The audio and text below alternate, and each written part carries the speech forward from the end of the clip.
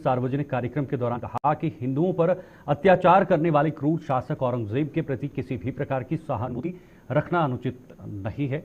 उन्होंने कहा कि इतिहास गवाह है कि औरंगजेब के शासनकाल में हिंदुओं पर अत्याचार, मंदिरों का विध्वंस और धार्मिक स्वतंत्रता का दमन अपने चरम पर था। साव ने आगे कहा, हमारे देश के इतिहास में ऐसे कई योद्धा और संत हुए हैं जिन्होंने औरंगजेब की क्रूर नीतियों का विरोध कर अपने धर्म और संस्कृति की रक्षा की है। आज हमें उनसे प्रेरणा लेने की आवश्यकता है।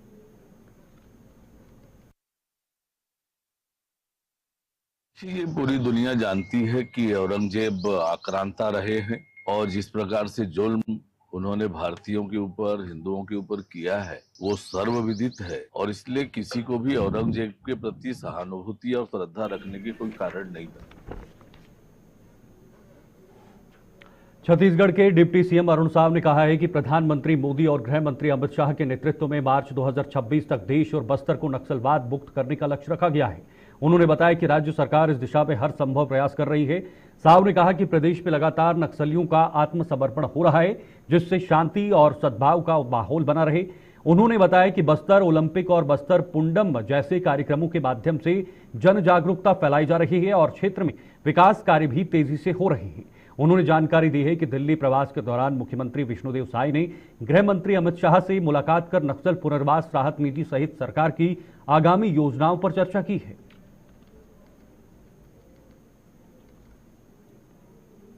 देखिए, जिस तरह से मार्च 2026 तक देश और बस्तर को नक्सलवाद मुक्त बनाने का जो बीड़ा उठाया है प्रधानमंत्री माननीय नरेंद्र मोदी जी के नेतृत्व में देश के गृह मंत्री अमित शाह जी ने, उस दिशा में हर तरह के प्रयास किए जा रहे हैं। लगातार नक्सलियों का आत्मसमर्पण हो रहा है। लगातार सरकार ऐसे आत्मसमर्पित जो नक्सली हैं उनके पुनर्वास के लिए काम कर रही है। वहीं लोगों में शांति और सद्भावना बनाने के लिए, लोगों में जागरूकता लाने के लिए बस्तर ओलंपिक, बस्तर पंडुम जैसे कार्यक्रम और वहीं दूसरी ओर विकास के काम भी लगातार बस्तर में हो रहे हैं।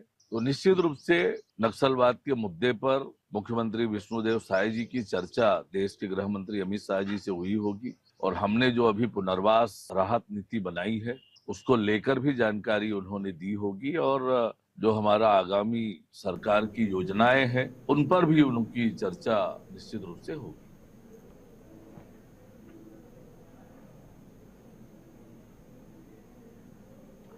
जांजगीर चांपा छत्तीसगढ़ राज्य के महामहिम राज्यपाल श्री रवीन डेका आज सर्किट हाउस जांजगीर पहुंचे, जहां आईजी श्री संजीव शुक्ला, कलेक्टर श्री आकाश चिकारा और पुलिस अधीक्षक श्री विवेक शुक्ला ने उनका आत्मीय स्वागत किया है। इस दौरान जिला पंचायत सीईओ श्री गोकुल रावटे, अपर कलेक्टर श्री उज्जवल पोरवाल ने भी स्वागत किया है। इस दौरान उन्हें गार्ड ऑफ ऑनर भी दी गई। इस अवसर पर राज्यपाल के एडीसी लीडर श्री निशांत कुमार, संयुक्त सचिव श्रीमती हिरा अधिवेशन नेताम उपस्थित रहे। वहीं छत्तीसगढ़ में ग्राम पंचायत के सचिवों ने शासकीयकरण की मांग को लेकर अनिश्चितकालीन हड़ताल शुरू कर दी है। जिला कार्यालय के सामने फ्लाईओवर के नीचे सचिवों ने अपनी एकता का परिचय देते हुए सरकार को अपना वादा याद दिलाया और नारेबाजी की। इस हड़ताल के कारण प्रदेश भर में पंचायत संबंधी कार्य प्रभावित हो रहे हैं। प्रभावित हो रहे कार्यों में शामिल हैं प्रधानमंत्री आवास योजना, महतारी योजना, नल जल योजना, टैक्स संबंधी कार्य, जाति प्रमाण पत्र और जन्म मृत्यु दर संबंधी कार्य। संघ के अध्यक्ष दीपक वैष्णव का कहना है कि चुनाव के समय पंचायत सचिवों को 100 दिन के भीतर शासकीयकरण करने का वादा किया गया था, लेकिन अभी तक इस पर कोई कार्रवाई नहीं हुई है। उन्होंने कहा कि यदि सरकार उनकी मांगों पर ध्यान नहीं देती है तो ग्रामीण अंचल के लोगों को काफी नुकसान सहना पड़ेगा।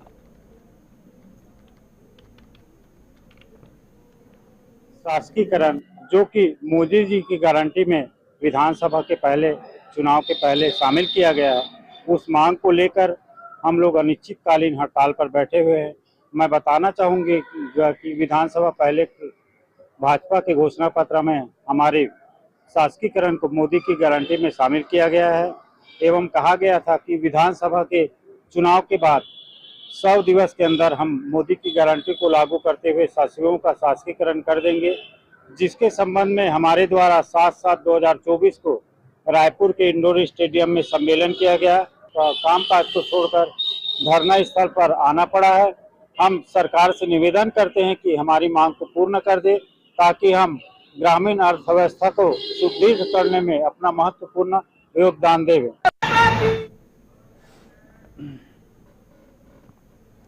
छत्तीसगढ़ विधानसभा के बजट सत्र के 14वें दिन सदन में आरक्षक भर्ती का मुद्दा जोर शोर से उठा है। कांग्रेस विधायक ने इस मामले में सीबीआई जांच की मांग की है।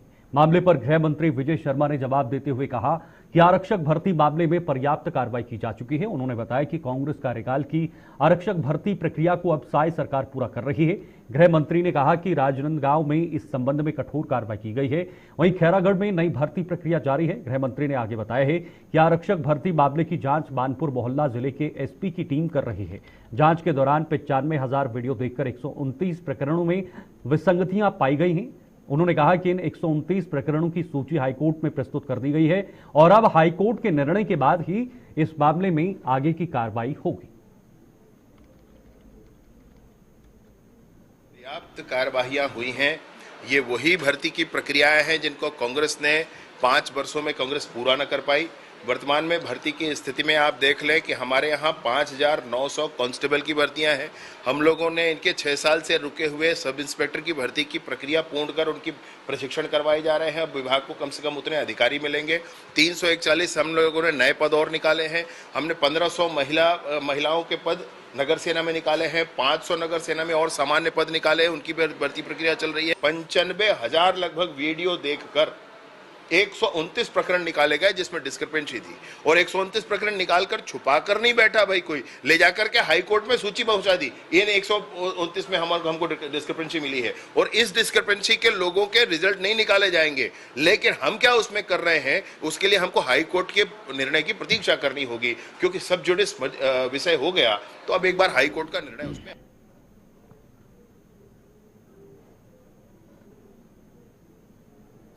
छत्तीसगढ़ के जिला बालोद शहर में वार्ड क्रमांक 2 शिक्षक नगर पर चोरी की घटना में पुलिस ने बड़ी सफलता हासिल की है। पुलिस ने चोरी के आरोप में नीरज ध्रुवे नामक व्यक्ति को गिरफ्तार किया है, जिसने अपने नाबालिग मित्र के साथ मिलकर 3 मकानों में चोरी की थी।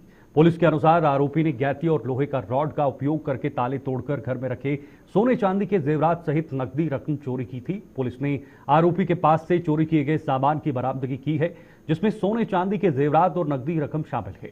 पुलिस ने आरोपी को गिरफ्तार कर लिया है और आगे की जांच शुरू कर दी है। मामले की गंभीरता को देखते हुए दुर्ग रेंज आईजी के निर्देशन पर और श्रीमान पुलिस अधीक्षक महोदय एसआर भगत के मार्गदर्शन पे विशेष टीम का गठन किया गया, जिसका नेतृत्व एसडीओपी बालोद देवांश सिंह राठौर के नेतृत्व में थाना प्रभारी कोतवाली और साइबर टीम का गठन किया गया, जिन्होंने घटनास्थल के आसपास लोगों से बारीकी से पूछताछ किया गया और जहां चौक चौराहे पर सभी जगह सीसीटीवी फुटेज और त्रिनयन ऐप के माध्यम से फुटेज जो है उसका एनालिसिस किया गया और संदेही लोगों को चिन्हांकित किया गया, जो नीरज ध्रुवे के रूप में उसका पहचान हुआ। पुलिस के द्वारा आरोपी को हिरासत में लिया गया है और हिरासत के दौरान आरोपी जो है। इधर जांजगीर चांपा जिले के चांपा नगर में एक दर्दनाक घटना घटी है, जिसमें एक व्यक्ति ने अपने विरोधी पर बर्फ तोड़ने वाले सूजे से 15-16 बार हमला किया है। घटना के संबंध में प्रार्थी रवि महत ने रिपोर्ट दर्ज कराई है। घटना की सूचना मिलने पर पुलिस ने मामला दर्ज कर आरोपी कमलेश साहू को गिरफ्तार कर लिया और न्यायिक रिमांड पर भेज दिया है। पुलिस ने आरोपी के कब्जे से घटना में प्रयुक्त बर्फ तोड़ने का सूजा भी बरामद किया है।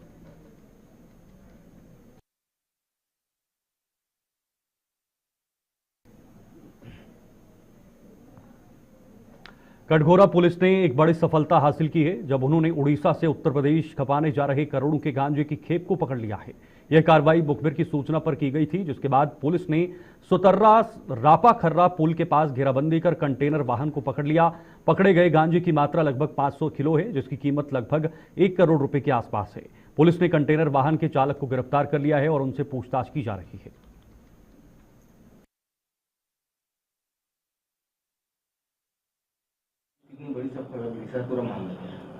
कोरबा पुलिस को कल एक विशिष्ट आसूचना इनपुट मिला था कि एक कंटेनर बिलासपुर से कोरबा की तरफ आ रहा है, जिसमें भारी मात्रा में गांजा लोड है। इस पर हमारे पुलिस अधीक्षक एसपी सर ने एक स्पेशल टीम बनाते हुए तुरंत उस कंटेनर को पकड़ने के निर्देश दिए। इसमें मेरे अलावा थाना प्रभारी कटघोरा और थाना प्रभारी पाली विनोद सिंह एवं साइबर सेल की टीम तुरंत जो टोल नाका है उसके आसपास के विभिन्न स्थानों पे हमने तैनाती कर दी थी ताकि उसको हम पकड़ सकें। तो इसी बीच जब कंटेनर आया, जिसकी सूचना हमको पहले से ही मिल गई थी, उसको हमने ये सुतर्रा रापा खर्रा पुल के पास घेराबंदी करके उसको पकड़ा, जिसमें हमको बाद में पता चला कि उसमें 500 किलो गांजा उसमें हमको बरामद हुआ। साथ में कंटेनर के साथ कंटेनर का चालक भी हमारी गिरफ्त में है और उसको गिरफ्तार करके पुलिस ने रिमांड के लिए भेज दिया है।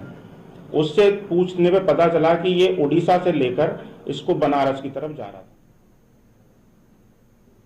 हमारे छत्तीसगढ़ में फिलहाल के लिए इतना ही। वक्त छोटे से ब्रेक का है। ब्रेक के बाद भी खबरों का सिलसिला जारी रहेगा।